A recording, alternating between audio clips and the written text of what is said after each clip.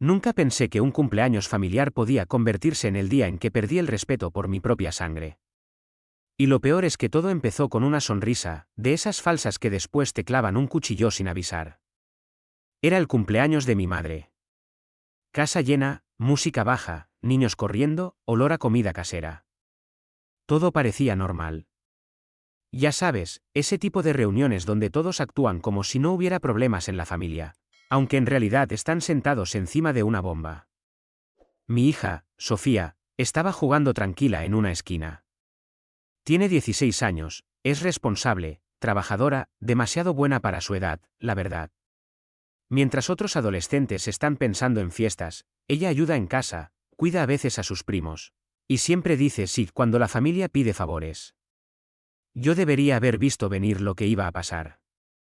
Mi hermana, Laura, llegó tarde como siempre. Pero esta vez venía con una energía rara, como si estuviera a punto de anunciar algo importante.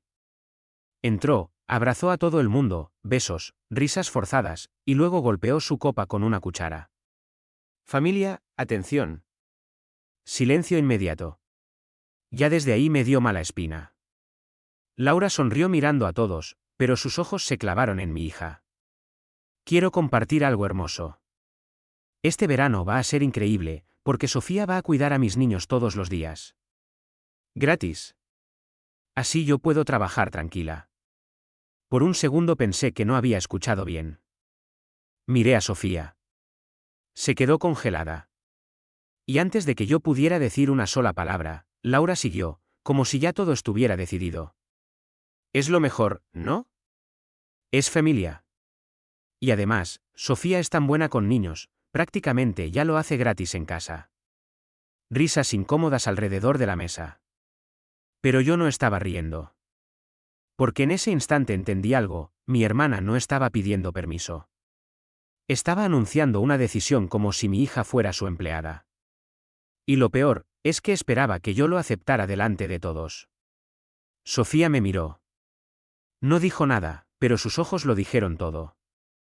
Y ahí fue cuando Laura añadió la frase que lo cambió todo. Ah, y ya le dije a los niños que su prima va a ser como su niñera oficial todo el verano. En ese momento sentí que el aire de la sala cambió. Porque nadie, absolutamente nadie, me había consultado nada. Y lo que vino después fue el primer error de Laura. El error que ella no vio venir. En ese segundo nadie reaccionó. Nadie dijo nada. Y ese silencio fue peor que cualquier grito. Yo miré a mi hermana y sentí algo que no había sentido en años. No era solo enfado. Era una mezcla de vergüenza, rabia y una claridad absoluta de que estaba cruzando una línea muy fea. Laura seguía sonriendo como si acabara de anunciar unas vacaciones familiares, no una decisión sobre la vida de mi hija. Yo respiré hondo y hablé despacio, porque sabía que si levantaba la voz, todo explotaba allí mismo. Le dije que eso no se había hablado conmigo. Que mi hija no era una solución gratuita para su comodidad. Y ahí fue cuando Laura cambió la cara. Pasó de sonrisa a esa expresión de víctima rápida que usa siempre cuando alguien no le sigue el juego. Dijo que exageraba, que era familia, que Sofía no hacía nada importante en verano y que así, aprendía responsabilidad. Esa frase me encendió por dentro, porque mi hija estudia, trabaja a media jornada y ayuda en casa más que muchos adultos de esa mesa juntos. Pero antes de que pudiera responder, mi madre intervino, intentando calmar las cosas, diciendo que no era para tanto y que entre hermanas hay que ayudarse. Y ahí entendí el patrón. No era solo Laura. Era la dinámica entera. Yo siempre era la difícil. La que no fluye. La que pone límites. Sofía seguía callada, pero la vi apretar los puños debajo de la mesa. Eso me rompió más que todo lo demás. Entonces Laura, como si necesitara rematar su golpe, añadió que incluso ya había organizado horarios con otras madres del barrio, como si todo estuviera aprobado oficialmente. Fue en ese momento cuando me levanté. No rápido, no agresivo. Solo me levanté. Y todos me miraron. Le dije que no iba a discutirlo allí.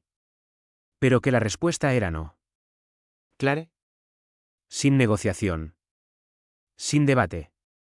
Y que jamás volviera a asumir decisiones sobre mi hija sin hablar conmigo primero. Laura soltó una risa nerviosa, como si yo estuviera haciendo un drama innecesario delante de todos. Dijo que estaba siendo ridícula por un verano de nada. Y ahí fue cuando Sofía habló por primera vez. Su voz salió baja, pero firme. Dijo que nadie le había preguntado si quería hacer eso. Que nadie le había explicado nada. Y que no era un servicio público. En ese momento la mesa se quedó helada. Porque nadie esperaba que Sofía hablara así. Laura intentó corregirla en el acto, diciendo que era una niña y que no entendía el contexto. Pero Sofía la miró directamente y dijo que sí entendía perfectamente, que lo que no entendía era por qué su tía hablaba de ella como si ya estuviera contratada. Ese silencio que siguió fue distinto. Ya no era incómodo. Era incómodo y peligroso.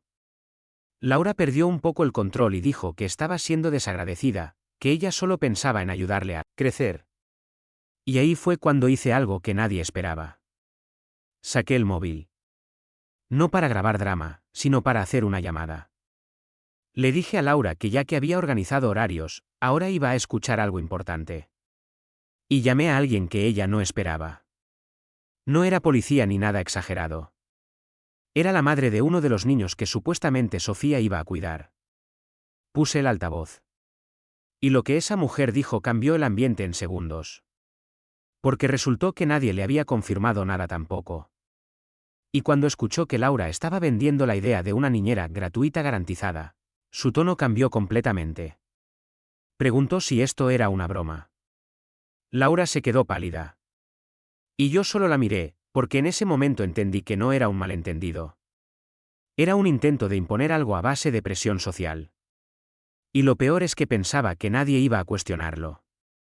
Pero lo que Laura no sabía era que ese era solo el principio de algo que ella misma había provocado sin darse cuenta. Después de la llamada, el ambiente en la mesa ya no era el mismo. No había risas. No había música que pudiera tapar lo que acababa de pasar. Solo miradas incómodas y esa sensación de que algo se había roto delante de todos. Laura intentó recuperar el control inmediatamente. Empezó a decir que yo estaba exagerando la situación, que estaba sacando todo de contexto, y que solo quería ayudar a Sofía a tener un verano productivo. Pero ya nadie la estaba siguiendo como antes. Esa es la parte que ella no vio venir. Cuando intentas imponer algo y falla en público, pierdes algo más que una discusión. Pierdes autoridad. Mi madre bajó la mirada, como si de repente entendiera que esto ya no se podía tapar con frases de familia unida. Y mi hija seguía a mi lado, en silencio otra vez, pero ahora ya no era el mismo silencio. Era un silencio de alguien que ya había visto la verdad sin filtros. Yo respiré lento y dije algo que cambió completamente la dirección de la conversación. Dije que Laura no había pedido ayuda. No había preguntado. No había negociado. Simplemente había decidido usar a mi hija como recurso gratuito. Y que eso no era familia. Era abuso disfrazado de tradición. Esa palabra cayó pesada en la mesa. ¿Abuso? Nadie la quería escuchar, pero ya estaba ahí. Laura se puso roja, y esta vez no de rabia controlada, sino de vergüenza mezclada con enfado. Dijo que yo siempre era dramática, que siempre convertía todo en un problema. Pero entonces Sofía volvió a hablar. Y lo que dijo esta vez fue mucho más fuerte. Dijo que había escuchado cosas antes de ese día. Que su prima ya le había comentado que su madre daba por hecho que ella ayudaría todo el verano. Y que nadie le había preguntado nunca si quería. Esa frase cambió todo. Porque significaba que esto no había nacido en esa mesa. Ya venía cocinándose antes. Laura intentó interrumpirla, pero yo le pedí que se callara. No grité. Solo lo dije con una firmeza que no dejaba espacio a discusión. Y por primera vez ella obedeció. Sofía continuó. Dijo que ella no tenía problema en ayudar de vez en cuando. Pero que lo que se estaba planteando era trabajar todo el verano sin elección. Y sin pago. Y sin respeto. Y que eso no era normal. En ese momento uno de mis tíos murmuró algo sobre los jóvenes de ahora, pero nadie lo apoyó. Porque incluso ellos sabían que aquello ya se había salido de control. Yo miré a Laura directamente y le pregunté cómo había llegado a pensar que podía organizar el tiempo de mi hija. sin hablar conmigo. Y ahí fue cuando su versión empezó a cambiar otra vez. Primero dijo que solo lo había comentado. Luego dijo que era una idea. Y finalmente dijo que no era tan serio. Pero todos habíamos escuchado el anuncio inicial. El que no dejaba espacio a interpretación. El problema ya no era solo lo que quería hacer. Era como lo había intentado imponer delante de todos para obligarnos a aceptarlo por presión social. Y cuando eso no funcionó, empezó a derrumbarse su control de la situación. Se levantó diciendo que yo estaba arruinando el cumpleaños de mi madre. Ese fue su último intento de girar la narrativa. Convertirse en la víctima. Pero esta vez no funcionó como otras veces. Porque Sofía habló una última vez antes de que Laura se fuera de la mesa. Dijo algo muy simple. Dijo que si realmente le importaban sus hijos, debería preguntarles a ellos y no asumir que otros adolescentes van a resolver su verano gratis. Y en ese momento Laura la miró con una mezcla de shock y rabia contenida. Como si por primera vez no supiera cómo responderle. Se quedó en silencio unos segundos largos. Demasiado largos. Y luego hizo algo inesperado. No respondió. Solo se dio la vuelta y salió de la casa sin despedirse. La puerta se cerró con fuerza. Y el sonido dejó claro que aquello no había terminado. Solo había cambiado de fase. Después de que Laura se fuera, nadie habló durante varios segundos. Fue como si la casa entera estuviera intentando entender qué acababa de pasar. La música seguía sonando en la otra habitación, pero alguien la bajó lentamente hasta dejarla casi en silencio. Mi madre fue la primera en romper ese vacío. Dijo que no era necesario llegar a esto y que la familia no debería dividirse por tonterías. Pero esa frase ya no tenía el mismo peso que antes. Porque lo que ella llamaba tonterías era intentar decidir la vida de mi hija sin consentimiento. Yo me senté otra vez, pero Sofía se quedó de pie. No estaba llorando, pero se le notaba el impacto. No por miedo, sino por la tensión acumulada. Me acerqué a ella y le pregunté si quería irse. Me dijo que sí, sin dudar. Y en ese momento entendí que la noche ya había terminado para nosotros. Mientras recogíamos nuestras cosas, algunos familiares intentaron suavizar la situación. Decían que Laura se había pasado, pero que no era mala persona. Esa frase siempre aparece en estas historias. Como si la intención borrara el daño. Pero no lo borra. Solo lo maquilla. Cuando salimos de la casa, el aire frío de la calle fue casi un alivio. Sofía caminaba a mi lado en silencio. Y yo sabía que había algo más pasando en su cabeza. No era solo enfado. Era una especie de despertar incómodo. Como cuando ves por primera vez que no todo el mundo respeta límites básicos. En el coche, finalmente habló. Me dijo que no entendía cómo su tía podía estar tan segura de algo sin preguntarle. Y me preguntó si eso era normal en la familia. Esa pregunta me golpeó más fuerte de lo que esperaba. Porque la respuesta honesta era que había sido normal durante años. Pequeños favores forzados. Expectativas implícitas. Culpa disfrazada de ayuda.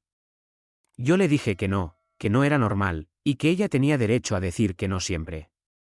Pero sabía que una conversación no arregla años de dinámica familiar. Al día siguiente, pensé que todo quedaría en un drama de familia que se enfría con el tiempo. Me equivoqué. Porque Laura no había terminado. 2 días después, empezaron los mensajes. Primero a mí. Luego a mi madre.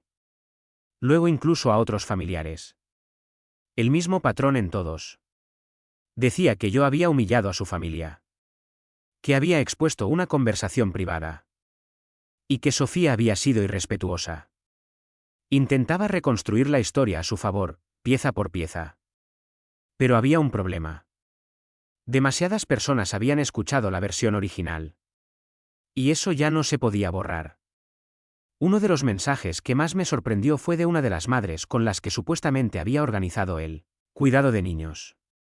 Decía que Laura le había dado por hecho que Sofía trabajaría todos los días sin pago. Y que ahora se sentía incómoda incluso con la idea. Porque nadie le había pedido permiso directamente a la adolescente. Eso ya no era solo un conflicto familiar. Era un intento fallido de imponer trabajo no remunerado a una menor bajo presión social. Y la narrativa empezaba a volverse en su contra. Una semana después, mi madre me llamó. Su tono era diferente. Ya no defendía a Laura con la misma firmeza. Me dijo que Laura estaba muy enfadada, pero también preocupada porque la gente estaba hablando. Y ahí entendí el siguiente movimiento. No era disculpa.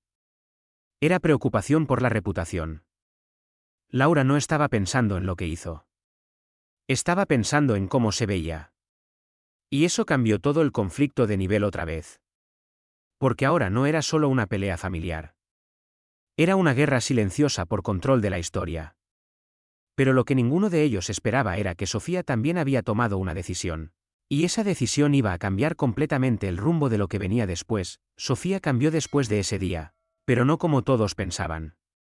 No se volvió rebelde ni dramática. Se volvió clara. Más silenciosa, sí, pero también más firme. Y eso es lo que más incomoda a la gente que está acostumbrada a que uno ceda por paz familiar. Yo lo noté primero en cosas pequeñas. Empezó a preguntar antes de aceptar cualquier favor. Empezó a decir déjame pensarlo en vez de decir sí automáticamente. Y para mí eso ya era un cambio enorme. Pero lo que nadie sabía todavía era que ella había tomado una decisión concreta sobre el verano. Una decisión que no me había contado del todo. Una tarde me dijo que quería hablar conmigo en serio. Me senté con ella en la cocina y me dijo que había estado pensando en todo lo que pasó en la fiesta. Y que había entendido algo importante. Que si no ponía límites ahora, la gente iba a seguir decidiendo por ella siempre. Me dijo que no quería pasar su verano trabajando gratis para nadie. Pero tampoco quería quedarse encerrada en casa evitando a la familia. Quería recuperar control de su tiempo. Y entonces me soltó la idea que lo cambió todo. Me dijo que había encontrado un trabajo de verano real. En una pequeña cafetería del barrio, con contrato de estudiante y horario fijo. Nada de improvisación familiar. Nada de ayuda porque sí. Era algo formal. Con reglas claras. Yo la escuché en silencio. Porque entendí inmediatamente lo que eso significaba. No era solo un trabajo. Era una declaración. Era su forma de salir del sistema informal que Laura había intentado imponerle. Le pregunté si estaba segura. Me dijo que sí. Sin dudas. Y añadió algo que me dejó pensando mucho tiempo. Dijo que prefería que un desconocido le pusiera normas claras antes que su familia le impusiera cosas sin preguntarle. Esa frase me dolió un poco, porque era verdad. Pasaron unos días y Laura se enteró. No por mí. No por Sofía. Se enteró por otro familiar que lo comentó sin pensar. Y su reacción fue inmediata. Empezaron los mensajes otra vez. Pero esta vez el tono era distinto. Ya no era solo enfado. Era algo más personal. Decía que Sofía la estaba rechazando y que yo estaba aleccionándola contra la familia. Pero el problema era que Sofía no estaba atacando a nadie. Solo estaba eligiendo otra cosa. Y eso, para Laura, era peor que un conflicto directo. Porque no podía controlarlo. Una semana después, Laura apareció en casa sin avisar. No tocó el timbre al principio. Solo llamó por teléfono desde la calle hasta que bajé. Cuando salí, la vi claramente alterada. Me dijo que necesitaba hablar como adultos. Yo acepté, pero le pedí que fuera breve. No quería otro espectáculo. Empezó diciendo que todo lo de la fiesta había sido un malentendido.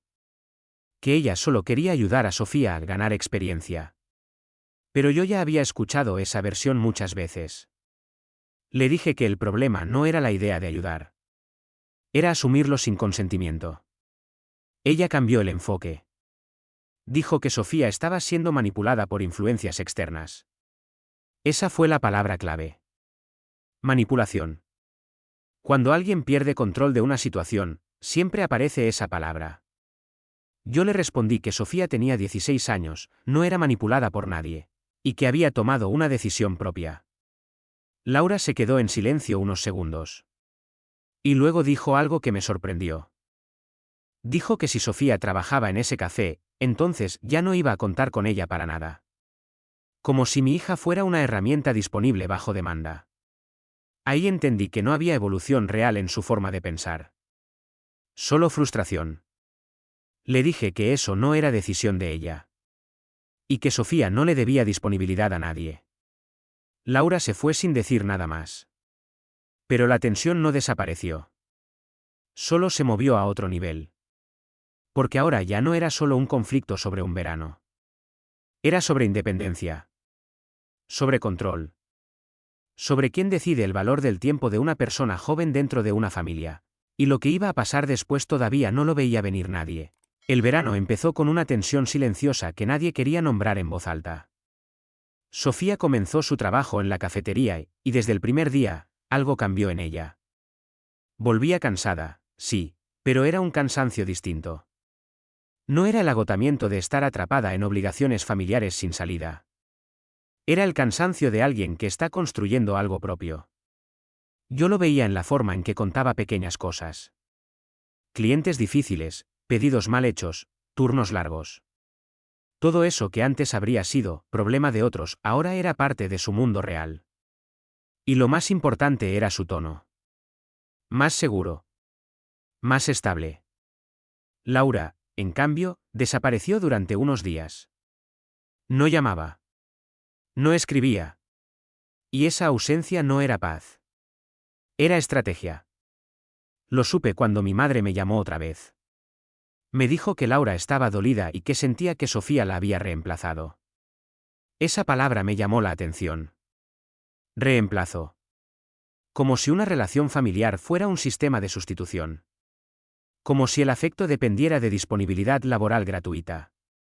Yo no respondí mucho. Sabía que cualquier conversación con esa lógica no iba a ninguna parte.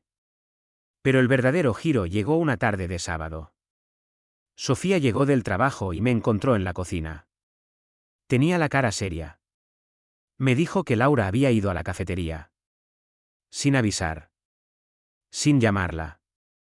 Simplemente apareció durante su turno. Sentí un golpe inmediato en el estómago. Porque eso ya no era conversación familiar. Era otra cosa. Sofía me contó que Laura había entrado como cliente, pero luego había pedido hablar con ella fuera del mostrador. Según ella, Laura empezó a decirle que estaba cometiendo un error. Que ese trabajo no era su nivel. Que su familia podía darle mejores oportunidades si ella dejaba de ser influenciada. Sofía la escuchó, pero no respondió como antes.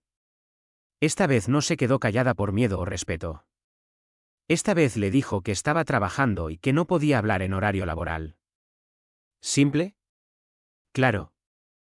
Sin discusión. Y volvió a su puesto. Laura se fue al rato, visiblemente molesta. Pero el daño ya estaba hecho en otro sentido. Porque ahora ya no era solo un conflicto familiar privado. Ya había invadido su espacio laboral. Esa noche, Sofía me dijo algo que me preocupó más que todo lo anterior. Me dijo que empezaba a sentir que Laura no iba a soltar el tema fácilmente. Y que tenía miedo de que esto escalara. No miedo a violencia ni nada extremo. Sino miedo a la presión constante. A la invasión emocional. A la insistencia. Y tenía razón en estar alerta. Porque al día siguiente ocurrió algo inesperado. El gerente del café me llamó. Me dijo que había habido una situación incómoda el día anterior con un familiar de una empleada menor. No estaba enfadado, pero sí quería asegurarse de que todo estaba bien. Y ahí entendí la gravedad del paso que había dado Laura. Ya no era solo familia. Ahora había afectado un entorno profesional. Yo le expliqué lo básico, sin entrar en drama.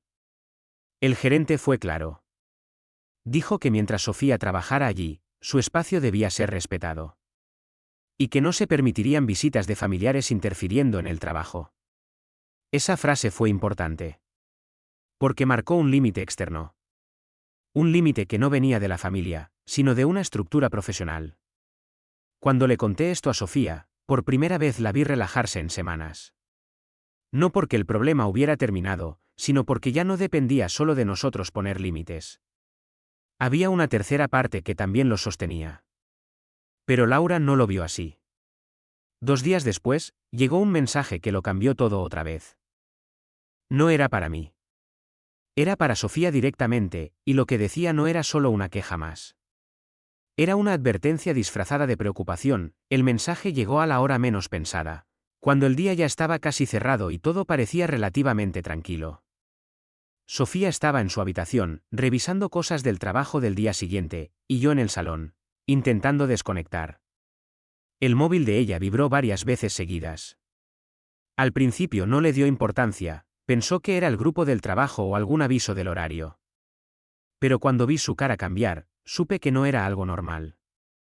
Me llamó sin levantarse del sofá. Solo me dijo, es la tía Laura. Y me mostró la pantalla. El mensaje era largo, demasiado largo para alguien que supuestamente solo quería hablar bien. Empezaba con tono calmado, casi falso, diciendo que ella solo estaba preocupada por Sofía, que el trabajo la estaba alejando de la familia, que estaba cambiando demasiado rápido. Pero a medida que seguía leyendo, el tono se volvía más pesado. Decía que ese trabajo no era necesario, que no era bueno para su edad, que en la familia siempre se había hecho todo de otra forma. Y luego venía la parte más incómoda. Decía que Sofía estaba siendo influenciada para rechazar a su familia y que eso podía traer consecuencias emocionales en el futuro. Esa palabra otra vez. Influencia. Como si cualquier decisión independiente necesitara una explicación externa. Sofía me miró sin decir nada al principio. Pero yo veía que estaba incómoda, no asustada, sino cansada. Cansada de que todo se interpretara como un conflicto aunque ella solo estuviera viviendo su vida. Le pedí que no respondiera de inmediato. Pero ella ya había tomado una decisión en su cabeza. Me dijo que no quería entrar en ese juego de mensajes eternos. Y que si Laura quería hablar, tenía que ser con respeto y sin presión. Y entonces hizo algo que marcó otro punto de no retorno. Le respondió con un solo mensaje. Corto. Directo. Le dijo que estaba trabajando, que estaba bien, y que si quería hablar con ella, tendría que hacerlo sin intentar controlar sus decisiones. Nada más. Sin agresividad. Sin emoción extra. Solo límite. Yo pensé que eso lo frenaría. Pero me equivoqué. Porque al día siguiente Laura apareció otra vez. Esta vez no en la cafetería. Vino a casa. Tocó la puerta varias veces seguidas hasta que abrí. Su cara era distinta. No era rabia abierta. Era una mezcla de frustración y algo que parecía casi desesperación controlada. Me pidió hablar conmigo primero. Acepté, pero le dije que Sofía decidiría si quería bajar o no. Laura empezó diciendo que todo esto se había salido de control, que ella solo quería ayudar a encaminarla. Pero su lenguaje ya no sonaba convincente. Sonaba repetido. Como una historia que se dice tantas veces que pierde sentido incluso para quien la cuenta. Le pregunté directamente qué problema real tenía con el trabajo de Sofía. Y ahí cambió. Dijo que el problema no era el trabajo en sí. Era que Sofía estaba alejándose de la familia. Esa fue la verdadera raíz. No era sobre empleo. Era sobre pérdida de control emocional. Yo le respondí que crecer también es alejarse un poco. Que no todo alejamiento es rechazo. Pero ella no lo aceptó. Dijo que yo estaba permitiendo que Sofía se independizara demasiado rápido. Como si la independencia fuera un error de programación. En ese momento Sofía bajó las escaleras. No lo hizo enfadada. Lo hizo tranquila. Pero firme. Laura intentó cambiar el tono al instante, sonriendo otra vez, como si todo pudiera resetearse en segundos. Pero Sofía no entró en eso. Le dijo que no iba a dejar el trabajo. Que estaba bien. Y que necesitaba que respetara su espacio. Laura se quedó en silencio unos segundos largos. Demasiado largos otra vez. Y luego dijo algo inesperado. Dijo que si Sofía seguía así, iba a arrepentirse de romper la familia. Esa frase no fue grito. Fue calma. Y eso la hizo peor. Porque no era un impulso. Era una advertencia consciente. Yo di un paso adelante inmediatamente y le dije que se fuera. Sin discusión. Laura me miró como si no reconociera la situación. Como si aún creyera que tenía algún tipo de autoridad emocional sobre el entorno. Pero no la tenía. Se quedó un segundo más, miró a Sofía, y finalmente se dio la vuelta. Esta vez no fue una salida dramática. Fue más fría. Más calculada. Y eso fue lo que más me preocupó. Porque entendí que esto ya no iba de conversaciones. Iba de algo más largo. Más persistente. Y lo que ninguno de los dos sabía todavía era que Laura no había terminado de mover piezas. Solo estaba cambiando la forma en que lo hacía. Después de esa noche, el ambiente en casa cambió de una forma que ya no tenía nada que ver con simples discusiones familiares.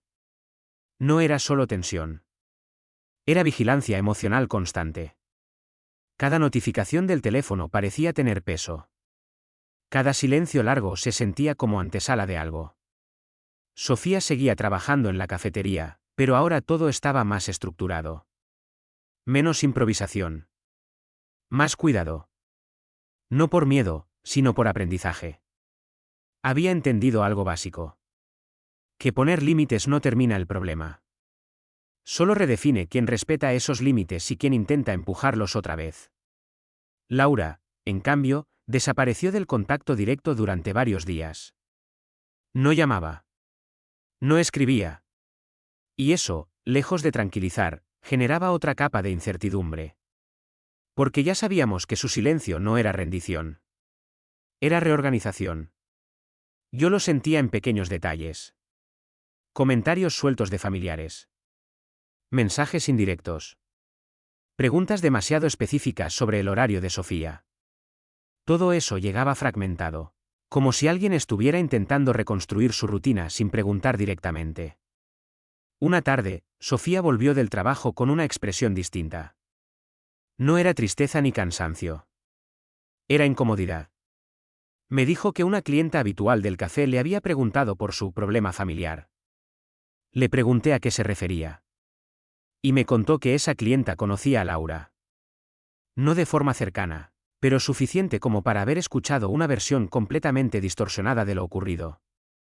Según esa historia, Sofía había rechazado ayudar a la familia por dinero y se había distanciado por influencia externa. La narrativa ya no era privada. Estaba circulando en pequeños círculos sociales. Y eso cambió el nivel del conflicto otra vez. Porque ahora no era solo familia directa. Era reputación. Sofía se quedó en silencio después de contármelo. Y luego me dijo algo importante. Que no quería vivir explicándose constantemente por decisiones normales. Y ahí entendí que el desgaste ya no venía solo de Laura, sino del entorno amplificado. Esa noche decidí algo que no había considerado antes. Llamé a mi madre y le hablé con total claridad. Sin rodeos. Le dije que esto tenía que parar. Que la versión que se estaba difundiendo no era correcta.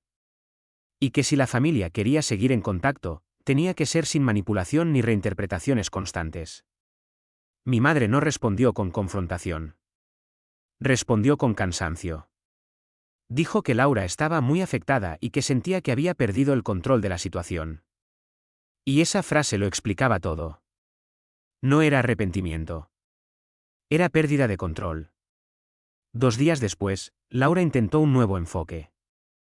No lo hizo directamente conmigo ni con Sofía. Lo hizo a través de un mensaje en el grupo familiar.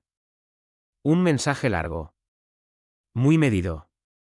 Decía que ella nunca tuvo intención de imponer nada. Que todo había sido malinterpretado. Y que lo único que quería era mantener a la familia unida. Pero había un problema evidente. Nadie había olvidado el anuncio inicial. Nadie había olvidado el tono de orden. Ni la forma en que intentó fijar horarios sin consentimiento. El mensaje quedó en el grupo sin respuesta durante horas. Y ese silencio colectivo fue más elocuente que cualquier discusión. Finalmente, un tío respondió con una frase corta. Dijo que lo importante ahora era respetar las decisiones de cada uno, especialmente las de los jóvenes. No atacaba a nadie. Pero el mensaje era claro. Y ahí fue cuando Laura perdió otro nivel de control narrativo. A la mañana siguiente, Sofía me dijo que no quería que esto siguiera creciendo. No quería guerra familiar. Solo quería estabilidad. Y propuso algo inesperado. Dijo que si Laura quería hablar, estaba dispuesta a hacerlo. Pero solo en un contexto claro. Sin presión. Sin público. Sin reinterpretaciones. Yo dudé al principio. Porque sabía que ese tipo de conversación podía reabrir todo. Pero también entendí que evitarlo indefinidamente no iba a resolver nada. Así que acepté la idea con una condición. Que yo estaría presente. Laura aceptó al día siguiente. Y se fijó el momento. Pero lo que nadie sabía todavía era que esa conversación no iba a ser un cierre, sino el inicio del último giro que nadie en la familia veía venir. El día de la conversación llegó con una tensión diferente. Ya no era el caos emocional de la fiesta ni la confrontación improvisada en la puerta de casa. Esta vez todo estaba demasiado quieto. Y cuando todo está demasiado quieto, suele significar que alguien está intentando controlar el escenario. Sofía estaba tranquila, pero lo notaba en detalles pequeños. Revisaba menos el móvil. Respiraba más lento. Como si estuviera preparando su mente para algo importante, no para una pelea. Nos sentamos en el salón. Sin invitados. Sin familia alrededor. Solo nosotros tres. Laura llegó puntual, lo cual ya era en sí un cambio.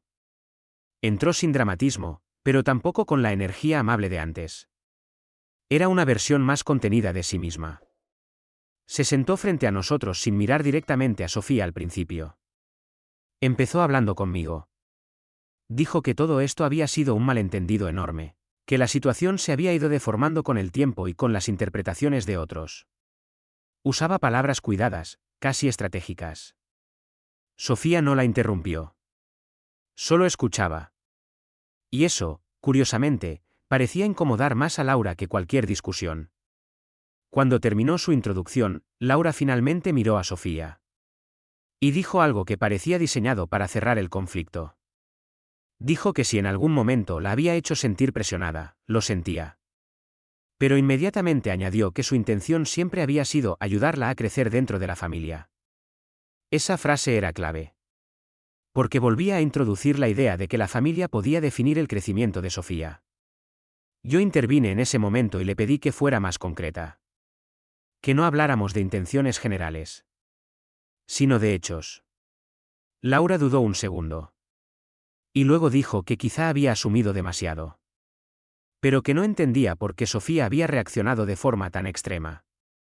Esa palabra volvió a encender algo en la conversación. Sofía levantó la mirada por primera vez. Y habló con calma. Dijo que no era una reacción extrema. Era una respuesta a una decisión impuesta sin consentimiento. Y que eso era todo. Sin drama. Sin exageración. Solo hechos. Laura intentó responder, pero esta vez Sofía continuó. Dijo que no tenía problema en ayudar a la familia en cosas pequeñas. Pero que trabajar todo un verano sin ser preguntada no era ayuda. Era otra cosa. Y que lo que más le había dolido no era la idea, sino la forma. El asumir. El anunciarlo como si ya fuera un acuerdo cerrado. En ese punto, el ambiente cambió otra vez. Porque Laura perdió el hilo de su discurso preparado. Y pasó a algo más emocional. Dijo que siempre había sido la que organizaba las cosas en la familia. Que siempre había tomado responsabilidades. Y que sentía que ahora todo eso se estaba viendo como algo negativo. Yo la miré y le dije algo directo. Que organizar no es lo mismo que decidir por otros. Y que ahí estaba la diferencia. Silencio. Largo. Incómodo. Sofía respiró hondo y dijo algo que cerró una parte importante del conflicto. Dijo que no quería romper la relación con ella. Pero que necesitaba que dejara de intentar dirigir su vida. No su ayuda. No su presencia. Solo su control. Laura bajó la mirada por primera vez en toda la conversación. Y por un momento pareció que iba a aceptar ese límite. Pero entonces ocurrió el giro. Dijo que había algo que necesitábamos entender. Y que no lo había dicho antes para no empeorar las cosas. Ese cambio de tono fue inmediato. Más serio. Más frío. Y lo que dijo después cambió completamente la percepción de todo lo anterior. Dijo que no había sido la única en asumir cosas. Que otros miembros de la familia habían estado de acuerdo con la idea del verano desde el principio. Y que incluso habían comentado que era bueno que Sofía aprendiera responsabilidad de esa forma. Eso no era una disculpa. Era una expansión del conflicto. De repente, ya no era solo Laura. Era una estructura más grande. Sofía me miró inmediatamente. Y yo entendí que esto ya no era una conversación de reconciliación. Era otra capa del problema. Porque si eso era cierto, entonces la presión no había sido un impulso individual. Había sido un consenso silencioso dentro de la familia. Y eso explicaba muchas cosas. Pero también habría una pregunta mucho más incómoda. ¿Cuánto de eso estaba dispuesto el resto a admitir ahora que ya no funcionaba? Laura terminó su frase y se quedó en silencio. Como si hubiera soltado algo que llevaba tiempo reteniendo. Y en ese momento entendí que lo que venía después ya no dependía solo de nosotros tres, sino de todo lo que la familia había preferido no decir durante años. El silencio después de lo que dijo Laura no fue normal. No fue incómodo como antes. Fue pesado. Como si alguien hubiera apagado una capa entera de la ilusión familiar que todos habían mantenido durante años. Sofía no reaccionó de inmediato. Solo la miró, fijamente, sin rabia, sin sorpresa exagerada, pero con una claridad que no había tenido al principio de todo esto. Yo tampoco hablé al instante. Porque entendí que ya no estábamos discutiendo sobre un verano, ni sobre un trabajo, ni siquiera sobre Laura. Estábamos viendo en directo cómo funciona una familia cuando los límites nunca se han respetado del todo. Solo se han negociado a base de presión silenciosa. Sofía respiró hondo y dijo algo muy simple. Dijo que no le importaba lo que otros pensaran si no eran capaces de decírselo directamente en su cara en su momento. Y que ahora ya era tarde para justificar decisiones pasadas como si fueran consejos bien intencionados. No lo dijo con agresividad. Lo dijo con una calma que desarmaba cualquier intento de dramatizarlo. Luego añadió que ella no iba a seguir entrando en conversaciones donde su tiempo, su trabajo o su vida fueran tema de debate sin su participación real. Laura intentó responder otra vez, pero esta vez no encontró el tono.